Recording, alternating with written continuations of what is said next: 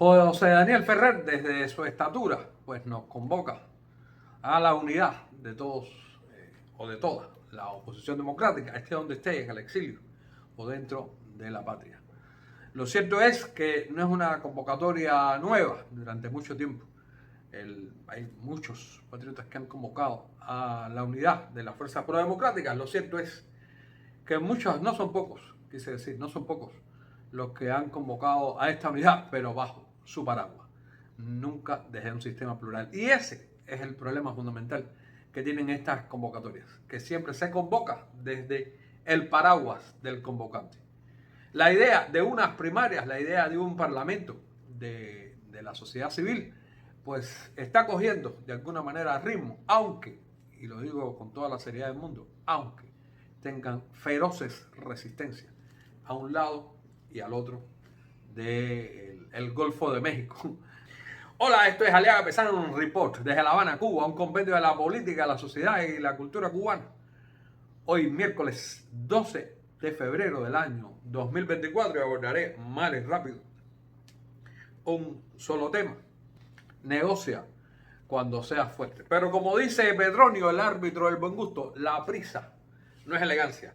La década del cambio, 10 años del gobierno socialista en España, 1982-1992, un libro de Alfonso Guerra y José Félix Tesano. Por supuesto, hay que preambular, Alfonso Guerra ya es uno de los dinosaurios de la política española, ya apenas se habla de él, es un hombre muy mayor y uno de aquel grupo de nobles políticos que desde el Partido Socialista Obrero Español levantaron España y lo llevaron a nivel global. Un nivel global que el que le puso la guinda no fue casualmente un socialista, fue Aznar. 10 años de la visión socialista en España y cómo fue ese tránsito de la construcción de una sociedad que manejada por un partido único, el llamado El Movimiento, que dirigía Francisco Franco, llegó a ser una sociedad democrática.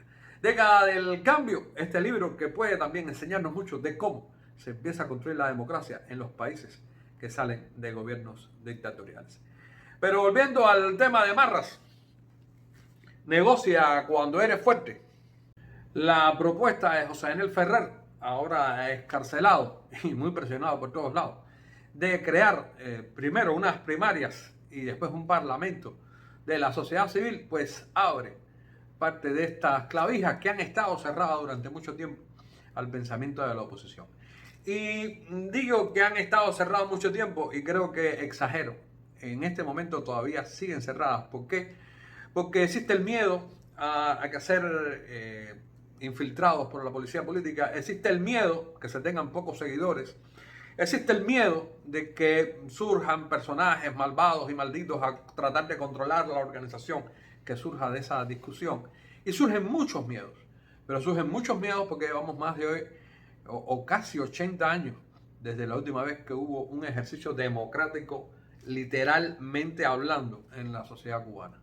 Y cuando digo literalmente hablando, me refiero a que no existe un caso o existen muy pocos, vamos a ser honestos, existen muy pocos casos de ejercicio democrático dentro de la oposición.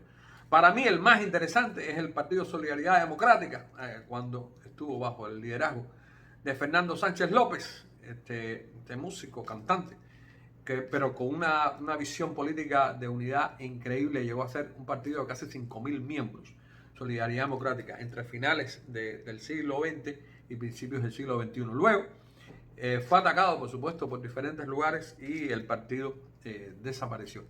Pero lo cierto es que durante casi 4 elecciones, de cada 4 años, cada 3 años aproximadamente, recuerdo haber participado en algunas, se mantuvo el espíritu democrático del partido. ¿Qué nos dice la sociedad? Bueno, en algunas encuestas que se han hecho a través de este sitio de YouTube, Aliaga Pesán Report, pues nos da de casi el 70% de los encuestados, y ojo, hay que pensar que son personas que de alguna manera le dan seguimiento a la información que yo doy, estaban a favor de unas elecciones primarias. Y ahí mismo, solo el 21% de los participantes en otra encuesta que hice seguido, pues nos daba la información de que solo el 21% creía que la oposición estaba lista para una negociación. Cuando digo lista es que estaba fuerte para participar en una negociación. no por gusto, partimos del concepto de que negocia cuando eres fuerte. Cuando eres débil no puedes negociar. Por ejemplo, en el tema de del caso hipotético de una oportunidad de negociación, que el gobierno estuviera dispuesto a negociar, ¿quién elige los negociadores de la oposición? ¿Cómo se elegirían? ¿Del exilio? ¿Dentro de Cuba? Si se creara un vacío de poder, ¿estaría la oposición preparada para asumir el liderazgo? Lo cierto es que son muchos los retos que tiene la oposición democrática ahora mismo. Pero con la propuesta de José Daniel, que por cierto, José Daniel retoma una propuesta que hemos estado hablando aquí y nos llena de placer de una persona de su quilate, pues se levante con este cartel de unas elecciones pro-democráticas dentro de la oposición. Lo cierto es que esto ha sido tomado hasta por una organización que es COCUDE, que es el Comité o la Comisión Cubana de Defensa Electoral, que tendría la experiencia, no cubana por supuesto, exterior, pero tendría la experiencia, además participó también junto con Candidatos por el Cambio en aquellas elecciones donde participaron la oposición, estoy hablando del año 2017. Participó también con Candidatos por el Cambio y tiene parte de las herramientas importantes para desarrollar estas elecciones al interior. Ya que en España hay un grupo de abogados, cubanos abogados del exilio, que tienen manejada o tienen maquinada algunas de estas herramientas necesarias para llevar unas elecciones al interior. O sea, empiezan a darse los mecanismos, las herramientas para poder desarrollar que sin lugar a dudas es un reto para la oposición dentro de Cuba y fuera de Cuba. Y ojo, no estoy diciendo que esto vaya a ocurrir mañana, esto puede pasar 6 meses de aquí a que pueda ocurrir algo así, como unas listas de personas que se consideren opositores o que quieran participar en estas elecciones para votar un líder dentro de la oposición. Y ahí está la importancia del liderazgo. Un liderazgo que pueda ser renovado. Por eso, entre los retos que tiene COCUDE, no solamente está en crear una infraestructura que permita organizar, y repito, estamos hablando de las redes sociales, que permita organizarlo, sino poner las reglas lo suficientemente claras como para que se pueda, bajo la disciplina, llegar y marcar a quien sea el ganador del fervor de los patriotas cubanos dispuestos a trabajar por la democracia. ¿Quién puede ser? El de la oposición cubana. Pero debe ser electo, sin lugar a dudas. Debe ser electo para poder conformar una institución o un organismo válido.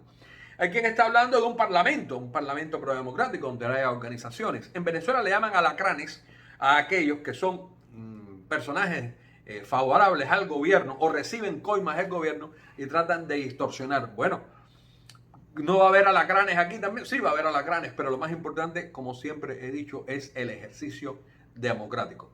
Un reto para la sociedad civil cubana, sin lugar a dudas, es un reto inmenso, pero es un reto que el exilio debe dar un ejemplo de cómo participar. ¿Quiénes no quieren participar? Bueno, señores, ya lo hemos dicho de alguna manera u otra, los que no tienen gente detrás no les interesa participar, aunque tengan mucha luz, si no tienen todos los reflectores, todas las cámaras, pero si de pronto no tienen un grupo de seguidores, un grupo de personas que sean capaces de dar su voto, pues no irán a ningún lugar. Lo cierto es que asumir el reto, muy valiente la decisión de COCUDE de participar y dar el apoyo para y crear la plataforma para desarrollar elecciones democráticas dentro de la oposición. Les recuerdo, esto es Aliaga Pesán Report desde La Habana. Y si los informativos dan noticias, nosotros las ponemos en contexto.